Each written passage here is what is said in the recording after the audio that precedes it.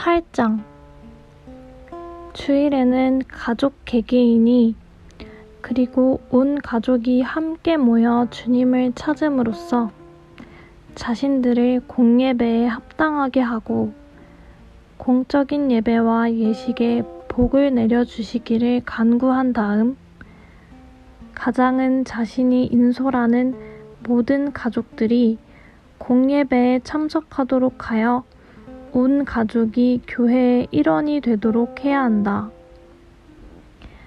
공예배가 끝나고 기도한 후에는 그들이 들었던 말씀을 가장이 설명해 주어야 한다.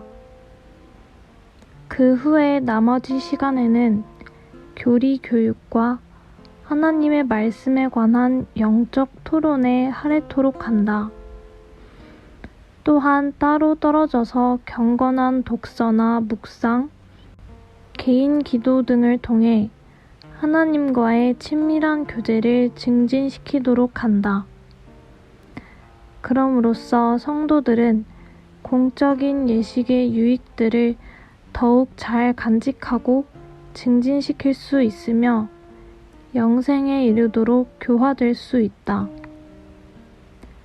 해설입니다.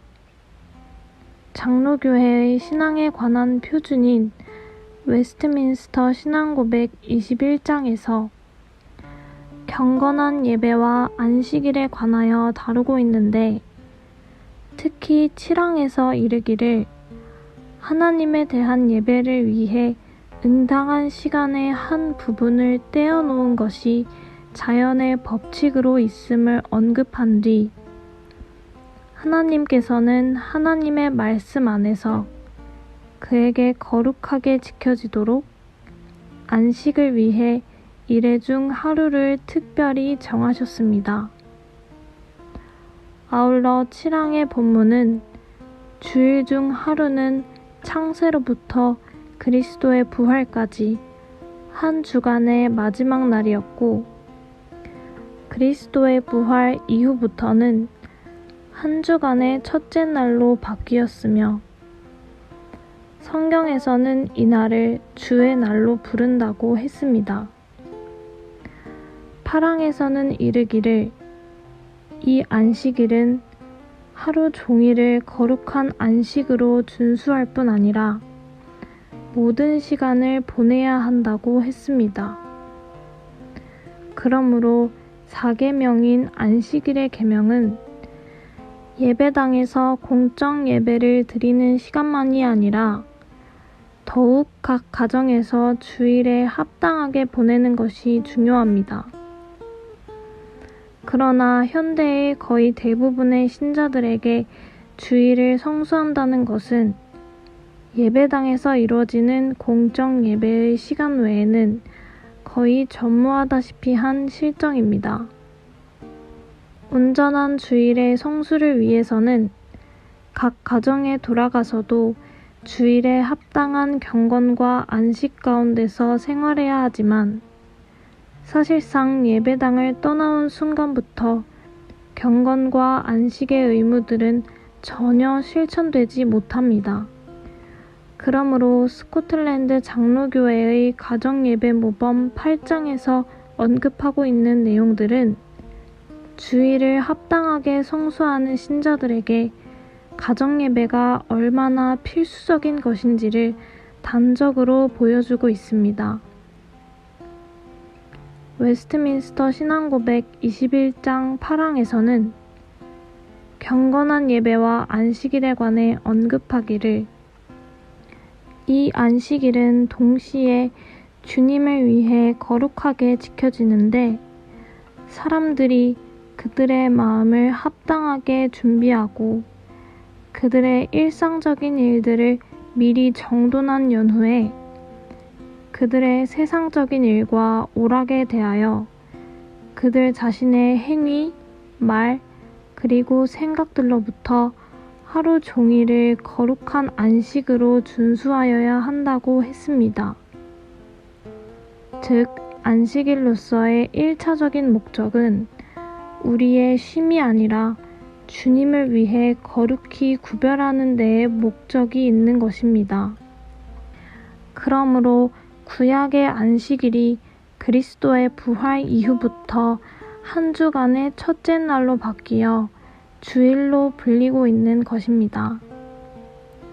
한편 요한계시록 1장 10절은 주의 날에 내가 성령에 감동하여 내 뒤에서 나는 나팔 소리 같은 큰 음성을 들으니 라고 기록하고 있습니다.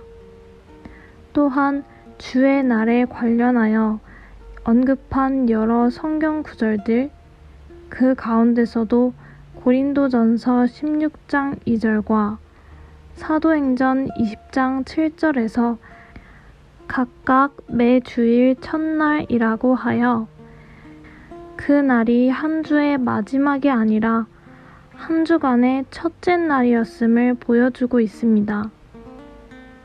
그러므로 구약의 안식일은 주의 날로서의 연속성 가운데 있으면서도 동시에 그날 자체는 한 주의 마지막 날에서 첫째 날로 바뀐 것입니다. 스코틀랜드 가정예배모범 8장에서는 그러한 주의 날, 곧 주일에 관해 언급하기를 주일에는 가족 개개인이 그리고 온 가족이 함께 모여 주님을 찾음으로써 자신들을 공예배에 합당하게 하고 공적인 예배와 예식에 복을 내려주시기를 간구한 다음 가장은 자신이 인솔하는 모든 가족들이 공예배에 참석토록 하여 온 가족이 교회의 일원이 되도록 해야 한다고 하여 가장의 인솔하에 온 가족이 공예배에 참석하도록 권장하고 있습니다. 물론 오늘날 대부분의 장로교회에서 이러한 가장의 역할, 곧 모든 가족들을 인솔하여 공예배에 참석하도록 하는 일은 그리 흔한 일이 아니며 특히 어린 자녀들의 경우에는 대부분 교육부서라는 별도의 교회부서에서 예배를 드리도록 하고 나머지 가족들 혹은 성인들만 공예배에 참석하는 잘못된 경우가 많고 그조차도 청소년 자녀들의 경우에는 여러 이유로 따로 모이는 일이 대부분인 실정입니다. 그러나 가정예배 모범에 따르면 기본적으로 공예배의 경우에나 가정에서 모여드리는 가정예배의 경우에나 개인예배 이외의 모든 예배들이 공히 온 가족이 함께 모여드리는 성격입니다. 흔히 주일학교라 부르는 개별 교육부서로서 반성경적인 구조입니다. 이는 18세기 후반 영국에서 공장 노동자의 자녀들에 대한 교육 정책으로서 최초로 등장한 주일학교 운동에서 유래한 것입니다.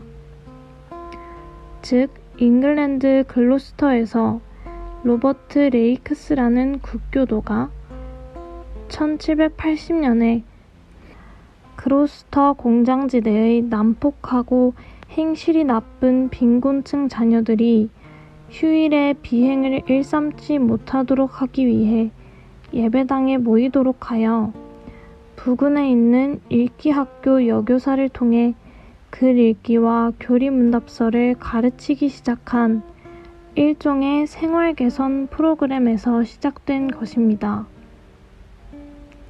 사실 웨스트민스터 예배 모범이나 스코틀랜드 가정예배 모범에서 전제로 하는 장로교회의 운영에 있어서 현대와 같은 교육부서의 개념은 없었습니다.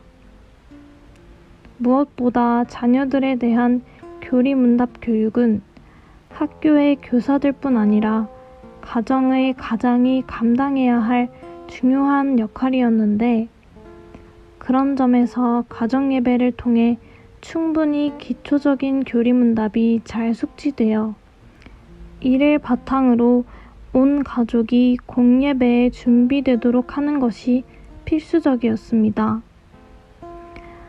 아울러 웨스트민스터 예배 모범을 준비하기 위한 자세들을 상세히 언급했는데, 웨스트민스터 예배 모범의 회중들의 모임과 하나님의 공적 예배에서의 그들의 행실에 관한 부분에서 회중이 공중 예배를 드리기 위해 모일 때에 사람들은 예배당에 모두 와서 참석해야 한다고 한 것처럼, 가정예배 모범은 더욱 상세히 기술하기를 가족 개개인이 그리고 온 가족이 함께 모여 주님을 찾음으로써 자신들을 공예배에 합당하게 하고 공적인 예배와 예식에 복을 내려주시기를 간구한 다음, 가장은 자신이 인솔하는 모든 가족들이 공예배에 참석토록 하여 온 가족이 교회의 일원이 되도록 해야 한다고 한 것입니다.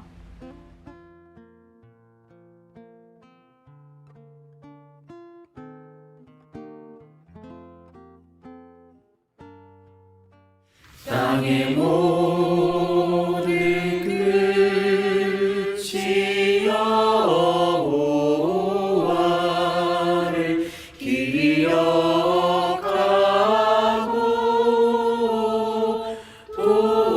돌아오며 열방의 모든 족속이 주의